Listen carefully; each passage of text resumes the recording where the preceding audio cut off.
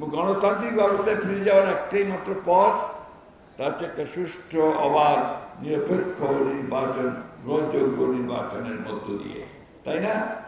নাকি বিকল্প কোনো পথ আছে? কয়েকজন মিলে কিছু আইন তৈরি করলাম আর গণতন্ত্র হয়ে গেল? হয় না।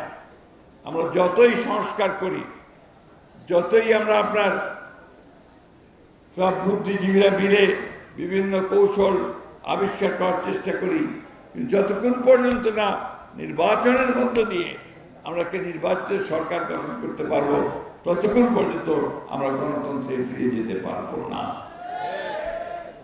বন্ধুগণ, একটা কথা প্রায় বলার চেষ্টা করা হয়, একটা দোষারোপ করা হয়, বিএনপি নাকি সংস্কারের বিরুদ্ধে।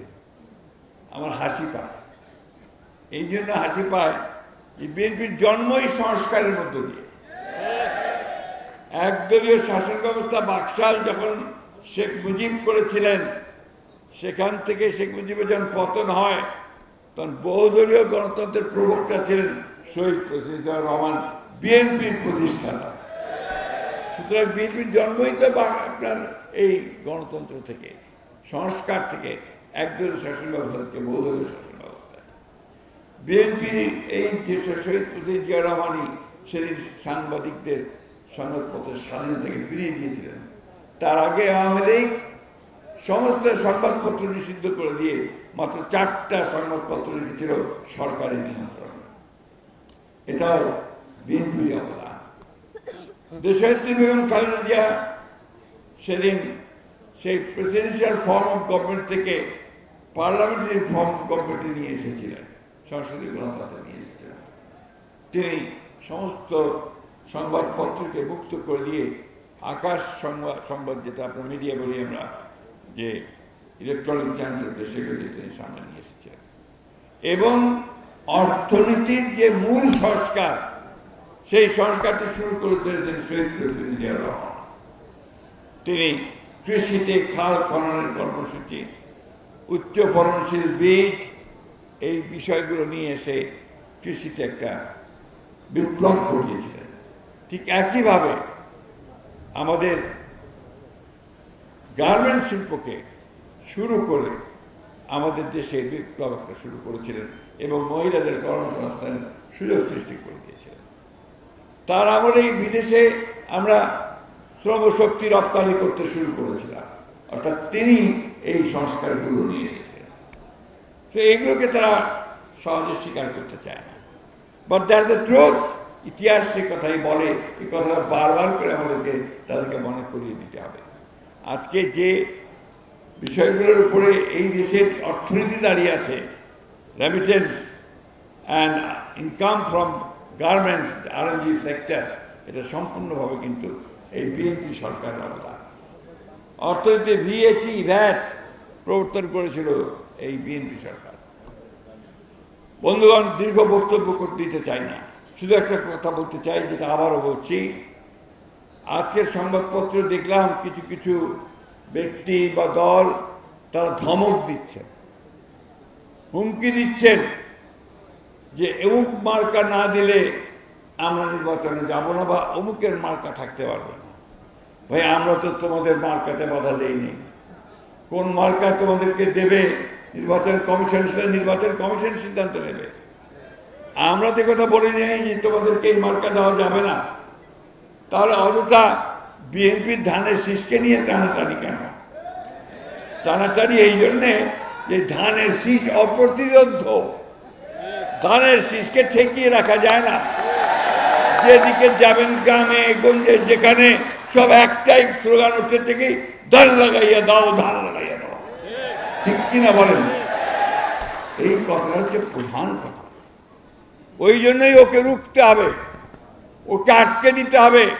কারণ ধানের শীষ এসে গেলে ওই যে বাংলাদেশের শত্রুরা আছে, সেই শত্রুরা তাদের সমস্ত কনস্পিরেসি চক্রান্ত থেকে পরাজিত হয়ে চলে যেতে বাধ্য হবে। শেখ হাসিনা মানে আমাদের সেই আপনার মনস্টার শেখ হাসিনা এমনি এমনি পলাইয়া দিল্লি যায় নাই, যেতে বাধ্য হয়েছে। কারণ আমরা সেই গ্রাউন্ড তৈরি করেছি। আমরা সেই ভিত্তি তৈরি করেছি। দীর্ঘ 15 বছরের সংগ্রাম দিয়ে, বুকের রক্ত দিয়ে লড়াই করে সেই রক্ত আমরা সুন্দর করেছি। সুতরাং কেউ যদি আমাদেরকে প্রশ্ন করে, কোশ্চেন করে, এই কথা খুব স্পষ্ট করে বলতে পারবেন, জোর গলায় বলবেন, গণতন্ত্র আমরা এনেছি, সংস্কার আমরা এনেছি, এই গণতন্ত্রকে প্রতিষ্ঠিত করব আমরাই, এবং এর জন্যে প্রয়োজন হলে আবারও বুকের রক্ত দিয়ে আমরা গণতন্ত্রকে রক্ষা করব। বন্ধুগণ, কয়েকদিন লাফালাফি করলেই গণতন্ত্র হয় না। গণতন্ত্র করতে হলে অনেক অভিজ্ঞতা দরকার, অনেক ত্যাগ দরকার, মানুষের জনগণের একদম কাছে যাওয়া দরকার। বিএনপি সেই পার্টি যে পার্টি মানুষের কাছে যাওয়া পার্টি। গণতন্ত্রের জন্য এই পার্টির সঙ্গে মানুষের একটা সম্পর্ক আছে। শহীদ প্রেসিডেন্ট জিয়াউর রহমান সেই নেতা যিনি রাস্তায় গাড়ি থেকে নেমে বৃদ্ধার গৃহে গিয়েছিলেন, ঘরে গিয়েছিলেন, এবং এক বৃদ্ধা তার কাছে পানি খেতে চেয়েছিলেন। সময় একদম নেই, বক্তৃতা আর একদম বাড়াবো না। তো বৃদ্ধা যখন পানি এনে দিয়েছে, তখন উনি বলেছেন, মা আপনি শুধু আমাকে একটু পানি দিলেন? বলছে, বাবা ঘরে তো আর কেউ নাই, কিছু নাই। তো তিনি বললেন, নাই কেন? একটা পেঁপে গাছ লাগাননি কেন? একটা পেঁপে গাছ থাকলে তো আপনি আমাকে পেঁপে দিতে পারতেন। কলা গাছ লাগাননি কেন? কলা গাছ থাকলে আমাকে কলা দিতে পারতেন। এইভাবে জিয়াউর রহমান প্রতিটি ঘরে ঘরে ঘুরে বেরিয়েছেন এবং মানুষকে উজ্জীবিত করেছেন, দেশনায়ককে সেইভাবে উজ্জীবিত করেছেন। আজকে আমাদের নেতা তারেক রহমান সাহেব আমাদের মাঝে এই মুহূর্তে নেই, কিন্তু সুদূর 8,000 মাইল দূর থেকে তিনি আমাদেরকে উজ্জীবিত করেছেন। প্রতিটি মুহূর্তে প্রতি মানুষকে ঘরে ঘরে তিনি বার্তা পৌঁছে দিয়েছেন, জাগো বাংলাদেশিরা, সবাই জাগো, নিজের অধিকারকে আদায় করে নাও। আমরা সেই অধিকার আদায়ের পথে চলেছি। এই পথকে বাধাগ্রস্ত করছে অনেকেই, বিভিন্ন রকম প্রসঙ্গ তুলছে, কথা তুলছে। আমরা খুব পরিষ্কার করে বলতে চাচ্ছি, সংস্কার আমরা এনেছি, আমরাই করব, এবং সংস্কার একটা চলমান প্রক্রিয়া, এ চলতেই থাকবে। সুতরাং তার সঙ্গে বিএনপিকে জড়িয়ে অযথা মিথ্যা প্রচার করে লাভ হবে না।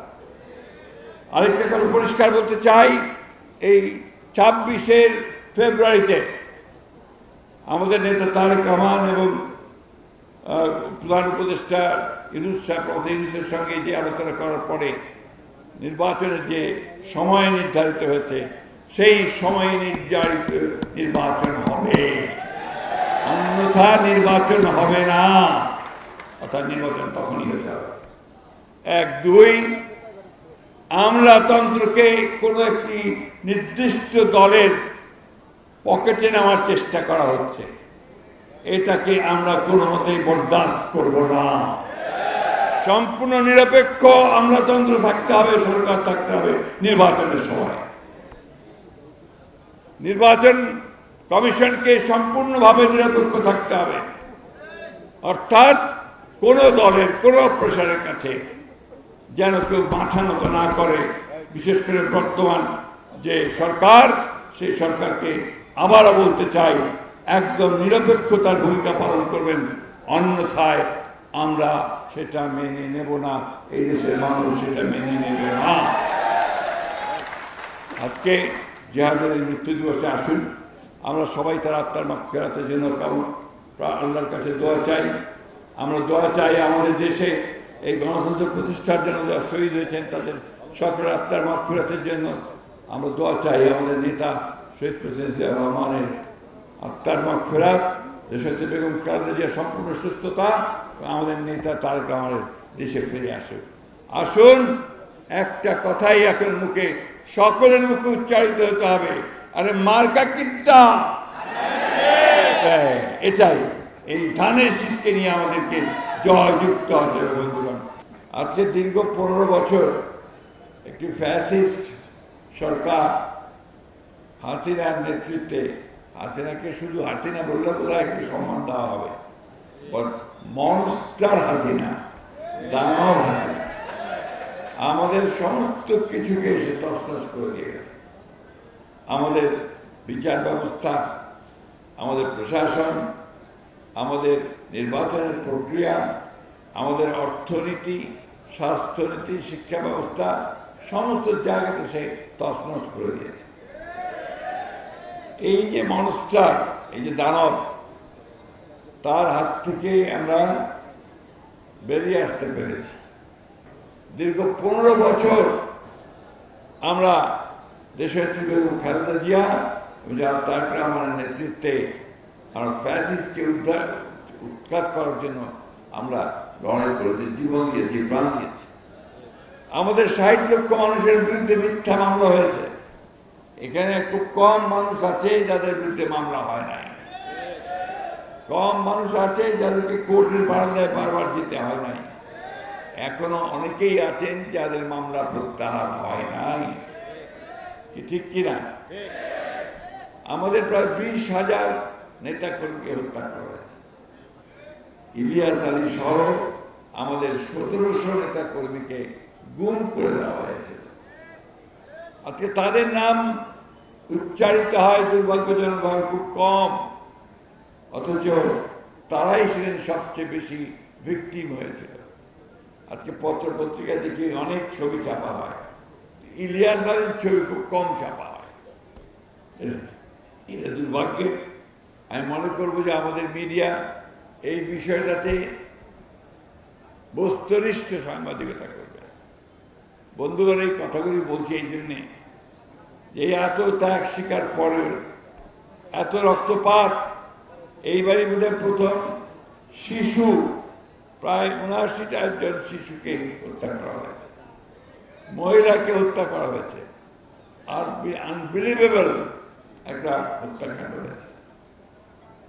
সেই গণতন্ত্র সুযোগ সৃষ্টি হয়েছে একটা গণতান্ত্রিক ব্যবস্থায় ফিরে যাওয়া।